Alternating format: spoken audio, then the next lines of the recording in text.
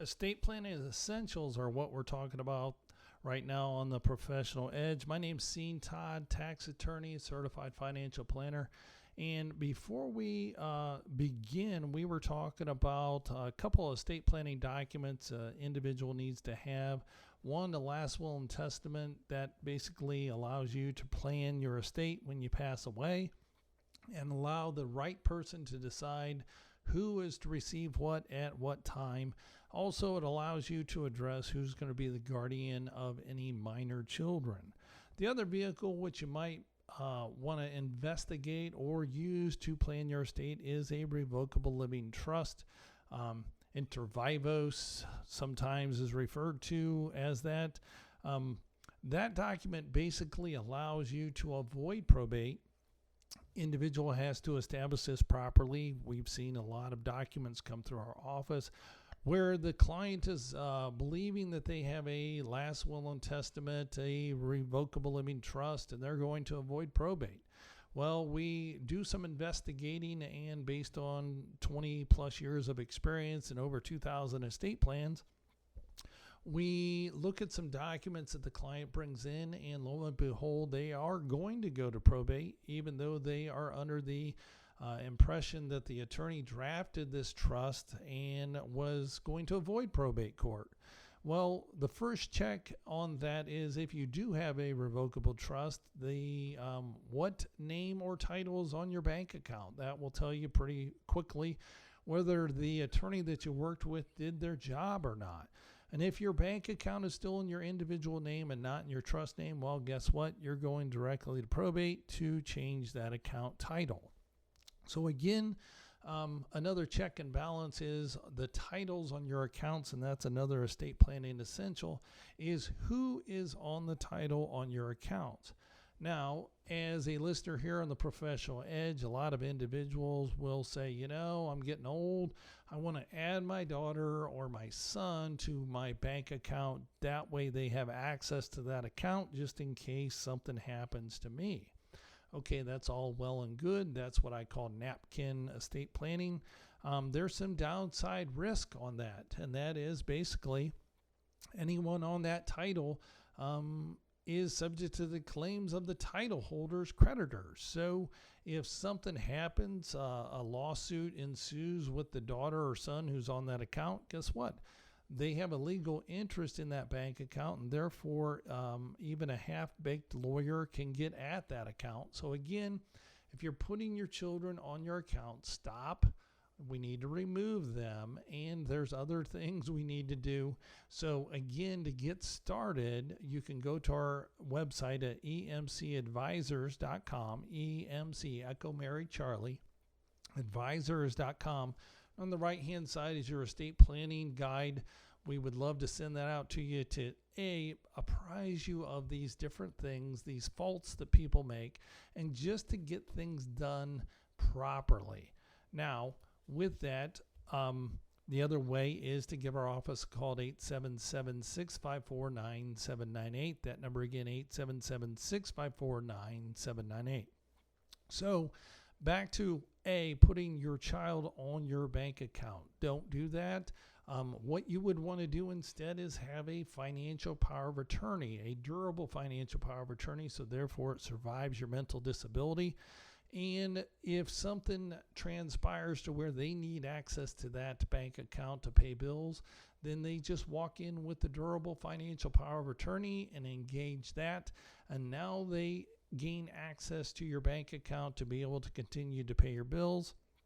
That document is not going to subject them to the claims of their own creditors being the agent on your account. So again, let's do some proper estate planning, the estate planning essentials. We just got to do the small things right. So again, don't add your children to your bank accounts just to give them access. That's a wake-up call here on the Professional Edge. So turning back to beneficiaries, or let's say titles. Titles really matter when you're doing estate planning.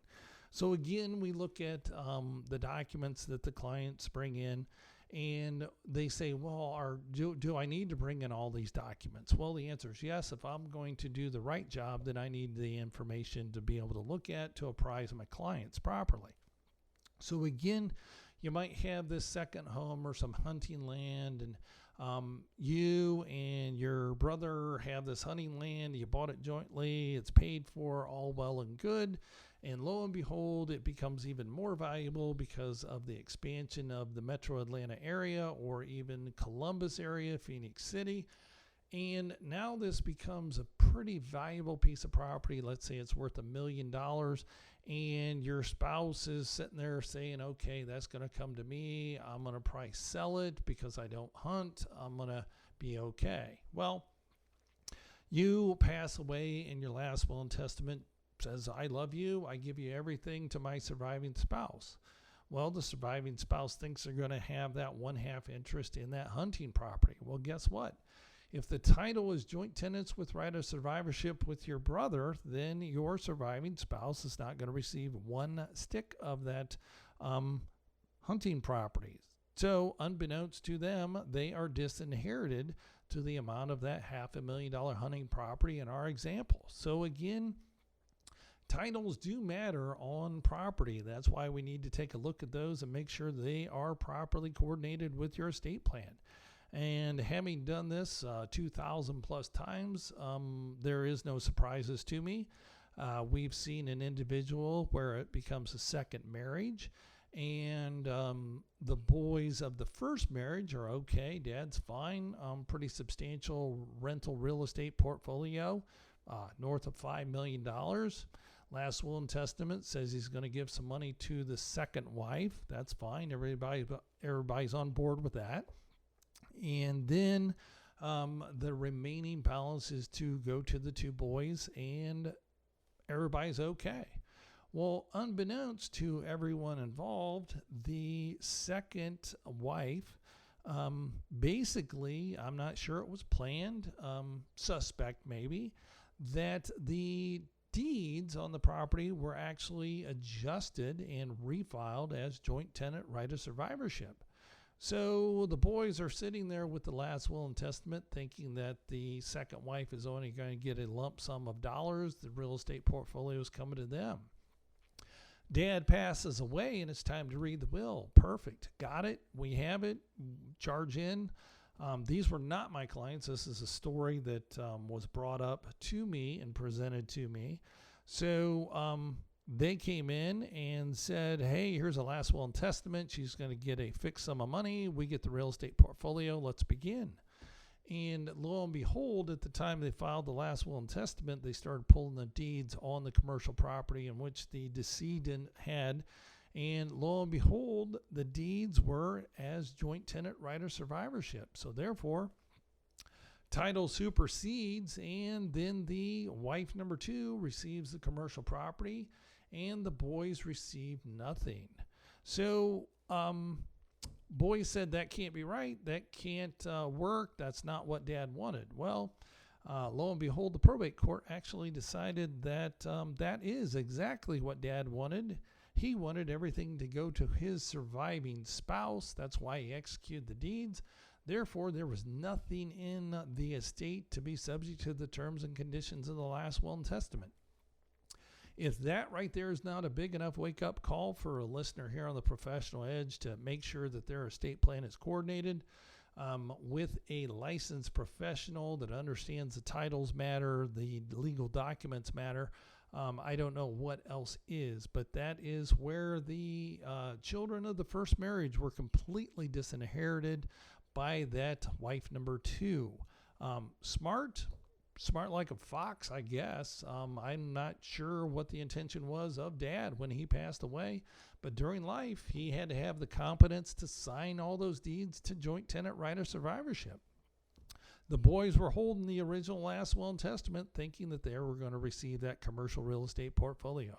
That did not happen in the unfortunate circumstance. They were disinherited the tune of over $5 million. So again, give our office a call at 877-654-9798. That number again, 877-654-9798. First consultation's free.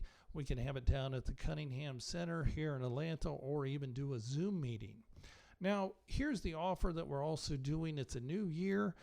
We have some estate planning essentials that we need to get in force in effect because half of all our listeners don't have any estate plan in place. And that's where we put together emcthebundle.com. Great offering on that. That is a complete estate plan. Could be a will, could be a trust, a fully funded trust, could be your retirement income analysis. We do a Monte Carlo analysis that we've talked about on different occasions. What's the probability of success of running out of time before you run out of money? That's a great thing that we put together, and also a tax plan. So again, the details on that, it is a huge value, huge benefit for listeners here on the Professional Edge. It is Echo Mary Charlie, emcthebundle.com.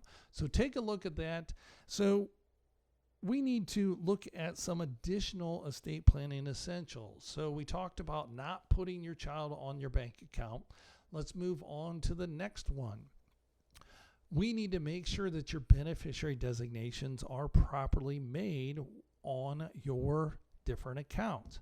Now, we could always have a payable on death on our bank account. Most banks have that option. So when you pass away, last will and testament could say, I give everything to my spouse, but the payable on death designation, you want that amount to go to your son or your daughter. Easy enough. That balance in that account would go to them. So again, that payable on death supersedes whatever is in your last will and testament. But when we come back from the next session, when we talk about, we're going to talk about your largest financial asset. Normally, that's going to be your 401k or your IRA that you rolled over. And given the transition down here at GPN, then a lot of people are making that decision to leave early. What am I going to do with my 401k? So stay tuned here on the Professional Edge. We're talking about estate planning essentials, and that doesn't mean just planning when you have passed away. It's current life planning, making sure things are taken care of.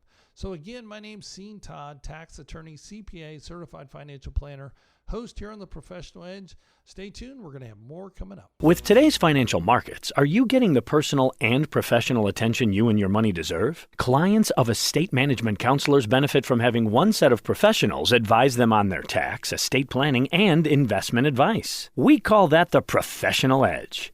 Todd is a tax attorney, CPA, and certified financial planner. With over 15 years' experience, he welcomes the opportunity to assist you in preparing for retirement, implement effective tax planning strategies, and to help you properly plan your estate. His radio show, The Professional Edge, is aired weekly on Sundays at 9 a.m. If you're interested in meeting with Scene, call his office at 877-654-9798. That's 877-654-9798. Do you want to feel more confident about making the right investment, tax, and estate planning decisions? Today, these decisions are more complex than ever. Have you thought about working with a professional advisor and not sure who to turn to? Not sure what qualifies one to be an advisor?